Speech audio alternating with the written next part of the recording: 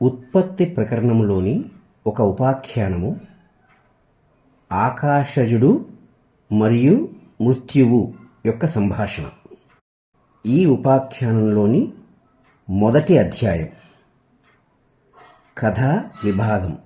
శ్రీ వశిష్ఠ మహర్షి ఈ విధంగా ఈ కొత్త ఉపాఖ్యానము రామునికి చెప్ప ప్రారంభించినారు.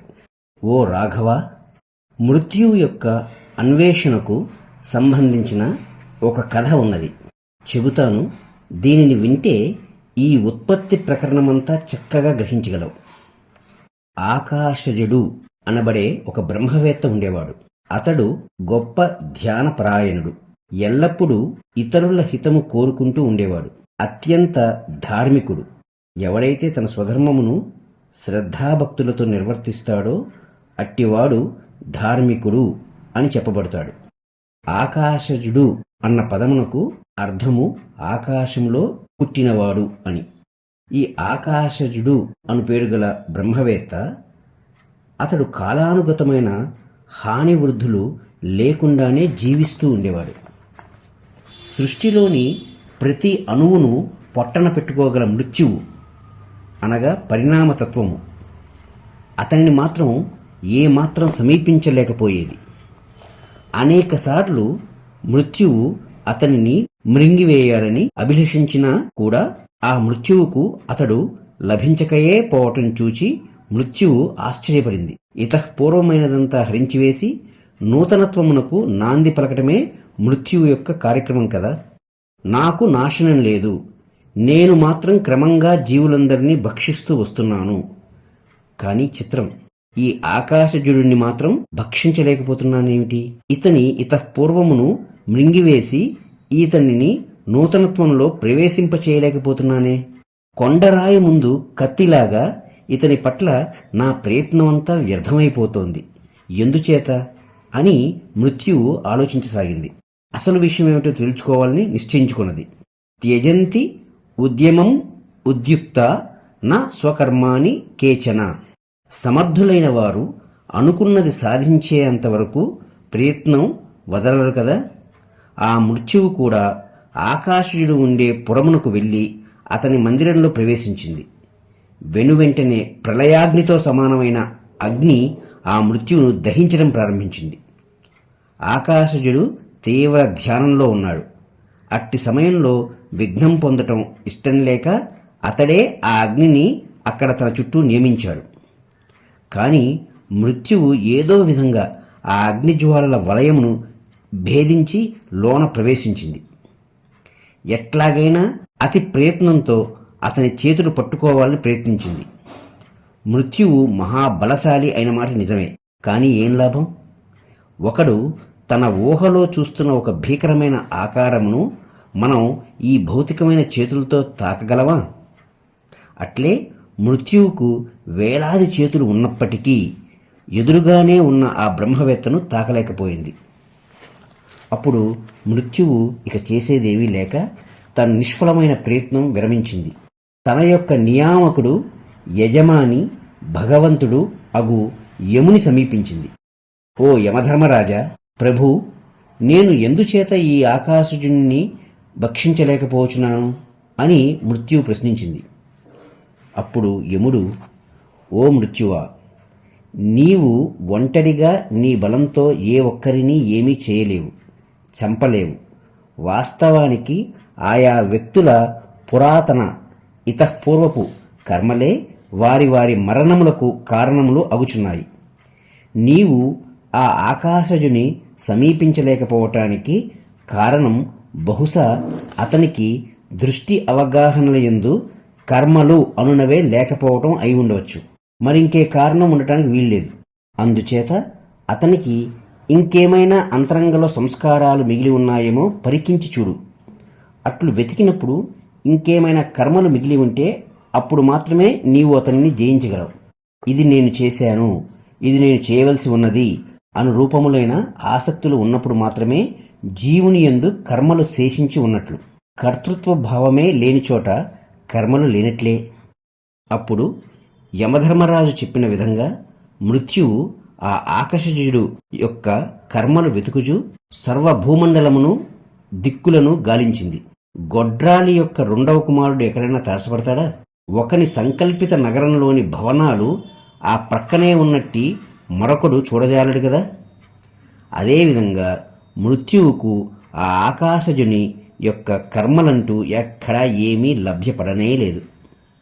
తిరిగి తిరిగి విసుగు పుట్టి ఆ మృత్యువు మరలా సర్వార్థ కోవిదుడైనటువంటి యమభగవాను వద్దకు చేరింది. స్వామి, నేను అంతా వెతికాను, కానీ అతని మనో ఆకాశంలో కర్మల జాడ ఏమాత్రం కనుగొనలేకపోయాను. మీరు సర్వజ్ఞులు. సంకట సంశయ సమయములందు సేవకులకు ప్రభువులే దోవ చూపించగలరు కదా. అతని కర్మలు ఎక్కడ ఉన్నాయి? నాకు అతని మనో ఆకాశంలో కర్మల జాడ కనిపించలేదే. అప్పుడు ధర్మస్వరూపుడగు యముడు చాలాసేపు సమాలోచించి ఆ తర్వాత ఇలా పలుకసాగాడు. ఓ మృత్యువా, ఈ ఆకాశజుని విషయం నేను కూడా సుదీర్ఘంగా పరికించాను. అతనికి కర్మలు అనేవే లేవు. అతడు కేవలం నిర్విషయ ఆకాశం నుండే జన్మించాడు. ఆకాశం నుండి జన్మించినవన్నీ నిర్విషయ నిర్మల ఆకాశ స్వరూపములే కదా. అందుచేత అతని యందు మృత్యువునకు అవకాశము కలుగజేయగలుగు అభిమానము రాగములతో కూడిన కర్మలంటూ ఏమీ లేవు. ఇతని హృదయమంతా వెతికి చూచాను. ఇతనికి తన ప్రాక్తన కర్మలలో ఇతఃపూర్వం తనచే నిర్వర్తించబడిన కర్మలలో ఏ ఒక్కదాని పట్ల కూడా ఇది నేనే చేశాను, అహమేవ కర్త అనునట్టి అహంకారపూర్వకమైన సంబంధం కించిత్ కూడా లేదు. అతడు తనను జన్మరహితునుగాను నిరాకారునిగాను గాంచుచున్నాడు. ఆకారము అను వికారమే లేని చోట ఇక కర్తృత్వం ఎక్కడిది? కర్మలతో సంబంధం ఎక్కడిది? అతని దృష్టిలో అతని ఉనికికి ఆకాశము కాక మరింకే కారణము లేదు. కనుక ఇక అతడు ఆకాశమే స్వరూపముగా కలిగి ఉంటున్నాడు. ఆకాశము, ద అబ్సల్యూట్ స్పేస్, ఎల్లప్పుడూ ఆకాశంగానే ఉంటుంది గాని దానికి అగ్ని, వాయు, జల, భూములతో సంబంధమేమి ఉంటుంది? ఆకాశమునకు ఒక చెట్టునకు ఏమాత్రం పదార్థపూర్వక సంబంధం లేదు. అవి ఒకదానిని మరొకటి తాకజాలవు. కనుక ఆకాశము చెట్టు అయి ఉన్నది, లేదా ఆ ప్రదేశం ఒకప్పుడు ఒక దట్టమైన అడవి, ఇప్పుడో అది ఒక మహాపట్టణం అయినది అనునవన్నీ అసమంజసమే కదా. అట్లే అతడు తనను నిర్వికార నిరాకార రూపునిగా భావిస్తూ లేక తెలుసుకుంటూ ఉండటం చేత అతని యందు కర్మలు చోటు చేసుకోలేకపోతున్నాయి. ఇతఃపూర్వం నేను ఈ కర్మలు చేశాను అను రూపం గల సంస్కారమే లేనందువలన అతని చిత్తము వర్తమానమునందు అత్యంత సుస్థిరమై ఉన్నది. ఇప్పుడు నేను ఈ కర్మలు చేస్తున్నాను, భవిష్యత్తులో ఈ కర్మ ప్రయోజనములో లేక వేరువేరు కర్మలో పొందెదనుగాక అను వాసన అతని యందు లేదు. అట్లు చిత్తము సుస్థిరత పొందియుండుటచే అతనిని ప్రారబ్ధ కర్మ లేక ఇదివరకు నిర్వర్తించబడి ఇప్పుడు దాని యొక్క ప్రయోజనము ఫలించుటకు సిద్ధంగా ఉన్నట్టి కర్మ, ఆ ప్రారబ్ధ కర్మ కూడా ఏమాత్రం లేదు. ఆకాశజుడు ఆ విప్రుడు తనలో నేను ఆకాశకోశుడనై విశదాకాశ రూపుడునుగా అనంత విశాల అఖండ రూపుడునుగా ఎట్టి బాహ్యమైన కారణము లేకుండా స్వకారణముననే నిలచియున్నవాడను అని తన స్వరూప విషయమై భావన చేస్తున్నాడు. ఈ కారణం చేత అతడు నిత్యుడు. అతనికి ఇంకొక కారణమంటూ ఏమీ లేదు. ప్రాక్తన కర్మలు లేనట్లే నూతన కర్మలేవి అసలు చేకూర్చుకోవటం లేదు. ఇతడు కేవలం విజ్ఞాన ఆకాశ స్వరూపుడే అని అనవచ్చు. నేను కర్మలు నిర్వర్తిస్తున్నప్పటికీ కర్మలతో సంబంధం లేనివాడిని అని తన గురించి భావన చేసుకుంటున్నాడు. అప్పుడు మృత్యువు ఈ విధంగా చెప్పింది, స్వామి, అతని యందు కర్మల యొక్క సంస్కారమే లేదు కనుక అతని పట్ల కర్తృత్వ భోక్తృత్వములు నిష్ఫలమవుతున్నాయి, లేకయే పోతున్నాయి. మీరు చెప్పిన దానిని బట్టి ఇంతవరకు గ్రహించాను. కానీ నాదొక సందేహం. మనకు ఇతని యందు ప్రాణము యొక్క దేహేంద్రియముల యొక్క చలనము కనిపిస్తున్నాయి కదా. మరి అతడు నేను జీవిస్తున్నాను అను కర్మ నిర్వర్తిస్తున్నట్లే కదా. అందుకు యముడు, మృత్యువా, అతనిని ప్రాణ దేహ ఇంద్రియముల స్పంద రూపంగా చూడటమనేది మన అవిద్య యొక్క భ్రమ మాత్రమే. అతను మాత్రం అట్టి అవిద్యకు లోబడుటలేదు. ఇది చేస్తున్నాను, ఇది చేయటం లేదు అన్నటి కర్మలకు సంబంధించిన బుద్ధి అతని యందు లేదు.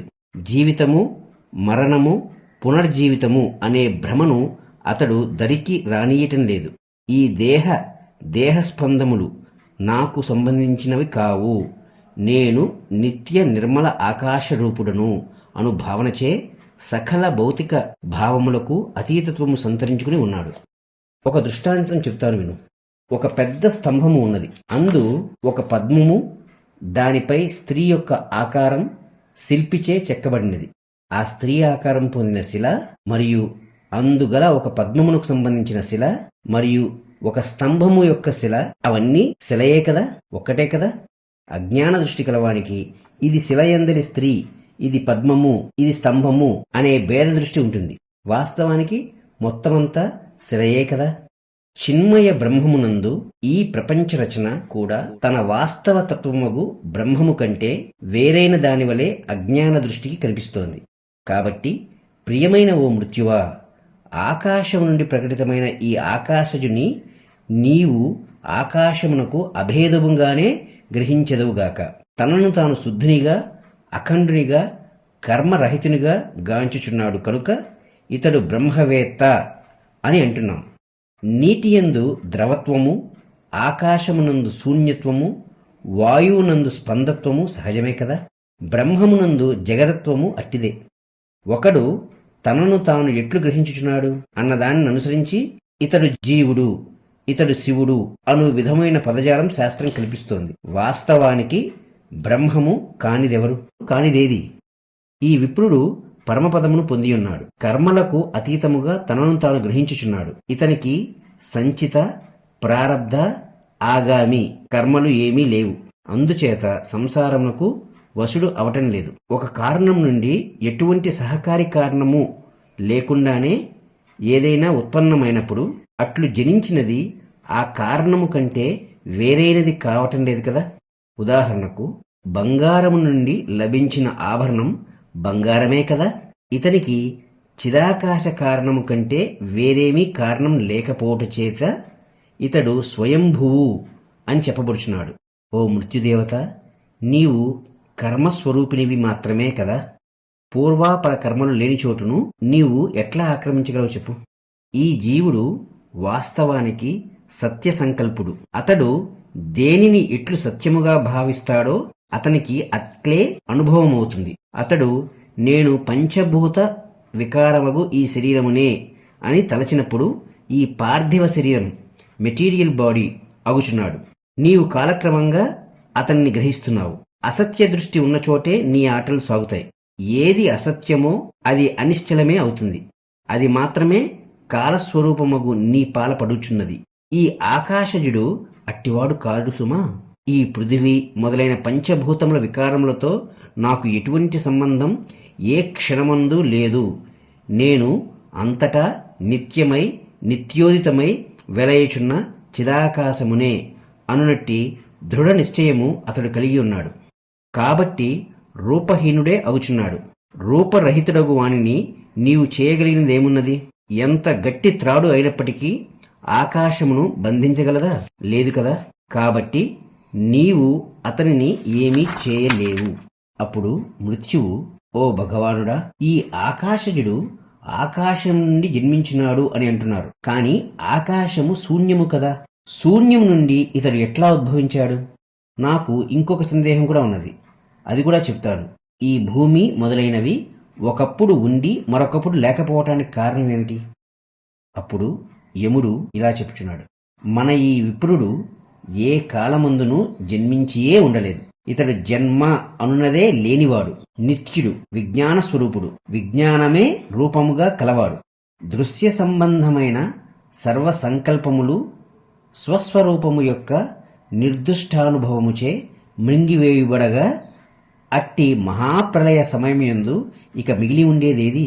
కేవలము ఏకమాత్రము, శాంతము, శూన్యము, నిత్యము, ప్రకాశము, సూక్ష్మము, నిరుపాధికము, అనంతము, జరామరణాది వృత్తులు లేనిది ఆయన బ్రహ్మమే కదా.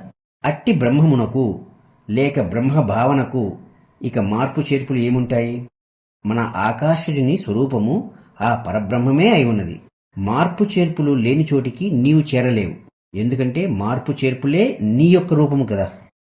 అప్పుడు మృత్యువు, హే యమదేవ, ఈ ఆకాశజుని జన్మ వృత్తాంతమేమిటి? ఇతని స్వరూప స్వభావములు ఎట్టివి? ఇతడు ఏమి కానున్నాడు? సర్వ మార్పులకు అతీతుడైన ఇతని విషయము మరికొంత వివరించండి.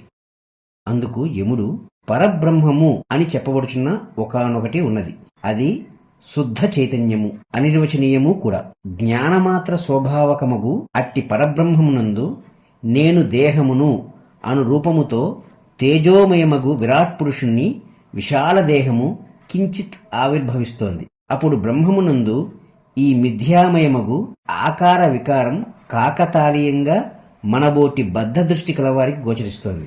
అట్టి బద్ధ దృష్టి, ది బాండెడ్ పర్సెప్షన్ లేని వారికి అన్ని వేళలా కూడా బ్రహ్మమే ప్రస్ఫుటమవుతోంది. ఓ మృత్యువా, నీకు ఒకానొక దృష్టాంత సహాయంతో చెప్తాను విను. బ్రహ్మము ఆకాశము వంటిది అని అనుకుందాం. అప్పుడు హిరణ్యగర్భుని ఉపాధియగు అజ్ఞానము ఒకానొక విశాల జలాశయం వంటిది. జలాశయంలో ఆకాశం ప్రతిబింబించినట్లు హిరణ్యగర్భుని యందు బ్రహ్మము ప్రతిబింబిస్తోంది. అనేక ఉపాధులయందు ప్రవేశిస్తూ ఇంతలోనే త్యజిస్తూ ఉండే సమిష్టి మనస్సే హిరణ్యగర్భుడు. ఆ జలాశయంలో నీరు కదులుచున్నదనుకో, అప్పుడు అక్కడ ఉండి చూచేవారికి ఆకాశమే కదులుచున్నది కదా అని అనిపిస్తుంది. కాని ఆకాశం ఎప్పుడూ నిశ్చలంగానే ఉంటుంది. తరంగములు కదులుచుండగా అందు ప్రతిబింబిస్తున్న ఆకాశం కదులుచున్నట్లు నా అవగాహన యొక్క దోషం చేత అనిపిస్తోంది అనే విషయం సూక్ష్మ దృష్టి కలవానికి మాత్రం తెలిసిపోతోంది. బ్రహ్మము ఉపాధి దోషం పొందుతోంది అని మనకు మన అజ్ఞానం చేతనే అనిపిస్తోంది అని మరల గుర్తు చేస్తున్నాను. ఆ జలాశయంలో ప్రతిబింబించే ఆకాశమును చూస్తున్నప్పుడు అందులో కొద్ది నీటి భాగం వ్యష్టి, మొత్తం నీరంతా కలిపి చూస్తే సమష్టి. ఈ విధంగా వ్యష్టి సమష్టిలు రెండు అసత్యములే. జలాశయంలోని కొద్ది భాగంలో కనిపించే ఆకాశం, విశాల జలంలో మొత్తం జలాశయంలో కనిపించే ఆకాశం కూడా వాస్తవం కాదు. జలాశయంలో కనిపించే ఆకాశమంతా ప్రతిబింబం మాత్రమే. జలాశయంలో ఆకాశానికి ప్రాప్తిస్తున్న అనేక స్పందములు వాస్తవం కాదు. పైనున్న ఆకాశం వాస్తవం. అది యథాతథంగా ఉండగా తరంగముల కదలిక చేత జలంలోని ప్రతిబింబం ఆకాశం క్రింద మీద అగుచున్నట్లు కనిపిస్తూ ఉంటుంది. ఈ అనేక స్థావర జంగమములందు గల మనస్సు అను జలంలో ప్రతిబింబించే బ్రహ్మము మన యొక్క అవగాహన లోపం చేత మార్పు చేర్పులు పొందుచున్నట్లు మన దృష్టికి అనిపిస్తోంది. బ్రహ్మము సర్వదా నిత్య సత్యమై శుద్ధమై శాంతమై వెలుగొందుచున్నది. ఈ వ్యష్టి సమష్టిలు ఉండని లేకుండని బ్రహ్మమునకు వచ్చు లోపమేమీ ఉండదు. తటాకంగాని అందలి మొత్తం జలంగాని లేక కొద్ది జలంగాని ఉన్నా లేకున్నా, భీకర తరంగములు పొందినా, సుడిగుండములు ఏర్పడినా పైనున్న ఆకాశమునకు లోటేమిటో చెప్పు. జలాశయంలోని ఒక విభాగంలో ప్రకటితమగుచున్న ప్రతిబింబిస్తున్న ఆకాశము వ్యష్టి అని, మొత్తం జలంలో ప్రతిబింబిస్తున్న ఆకాశం సమిష్టి అని అన్నాను కదా. సమష్టి ప్రతిబింబిత బ్రహ్మమే విరాట్ పురుషుడు లేక సమష్టి జీవుడు లేక హిరణ్యగర్భుడు అని చెప్పబడుతోంది. ఓ మృత్యువా, ఈ జీవుడు పై దృష్టాంతములోని జలాశయమునకు సంబంధించని ఆకాశం వల్లే నేను బ్రహ్మమునే అనునట్టి జ్ఞానానుభవ దృఢత్వముచే నిన్ను అధిగమించి వేస్తున్నాడు. మన ఈ ఆకాశజుడే విరాట్ పురుషుడు. ఎందుచేత? నేను వేలాది శరీరంలోని ఒకానొక శరీరమును కాను, ఈ స్థావర జంగమాత్మకముగు సమష్టి సృష్టిని నేనే అని భావించడం చేతనే సుమా. బిడ్డ మృత్యువా, మనం ఇంతకు ముందు ఈ జీవుడు సత్య సంకల్పుడు అని అనుకున్నాం కదా. అతడు ఏది దృఢంగా భావిస్తే అది అతనికి సత్యమై తీరుతుంది. మన అందరము ఇట్టి స్వసంకల్పముల చేతనే ఈ రూపములను క్రియలను పొందుచున్నాం. అట్లే ఈ ఆకాశజుడు కూడా అతడే సృష్టి ప్రారంభంలో పరమాకాశము నిర్విశేష చిదాకాశ రూపుడుగా సంస్థితుడై ఉన్నాడు. అతనికి శరీరములు గాని కర్మలు గాని కర్తృత్వ బోధ గాని వాసనలు గాని లేవు. విశుద్ధ ఆకాశ స్వరూపుడై కేవలుడై జ్ఞానఘనుడై వెలయుచున్నాడు. ఇతనికి ప్రాక్తన వాసనలు ఏవీ లేవు, అనగా he does not have tendencies that devolve from the past. తేజస్సుకు దీప్తి కాక మరింకే రూపము లేనట్లు ఈ ఆకాశజునికి ఆకాశము కాక మరింకే రూపము లేదు. ఇప్పుడు అతని ప్రాతిభాసిత రూపము మనకు కనిపిస్తోంది కదా. అందుకు కారణం అతనిలో శేషించి ఉన్నట్టి స్వల్ప చిత్తవృత్తులే. అవి కూడా రహితమైనప్పుడు ఇతనికి ఆ ప్రాతిభాసిత రూపము అనగా ద రిఫ్లెక్టివ్ అపియరెన్స్ కూడా ఉండదు. నేను చిదాకాశమే అని గ్రహించినప్పుడు ఈ బహిర్ముఖ చిత్తవృత్తులు కూడా నశించిపోతాయి. కాబట్టి ఓ మృత్యువా, ఇతనికి ఘన, ద్రవ, వాయు మొదలైన వాటితో సంబంధం లేదు. ఇతనిని నిగ్రహించాలని నీవు చేసే ప్రయత్నం వ్యర్థమైనదే. ఆకాశమును ఎవరైనా మృంగగలరా? ఈ మాటలు విన్న మృత్యువు ఆశ్చర్యపడింది. ప్రభువగు యమధర్మరాజు వద్ద సెలవు తీసుకుని తన నివాస స్థలమునకు వెళ్ళిపోయింది.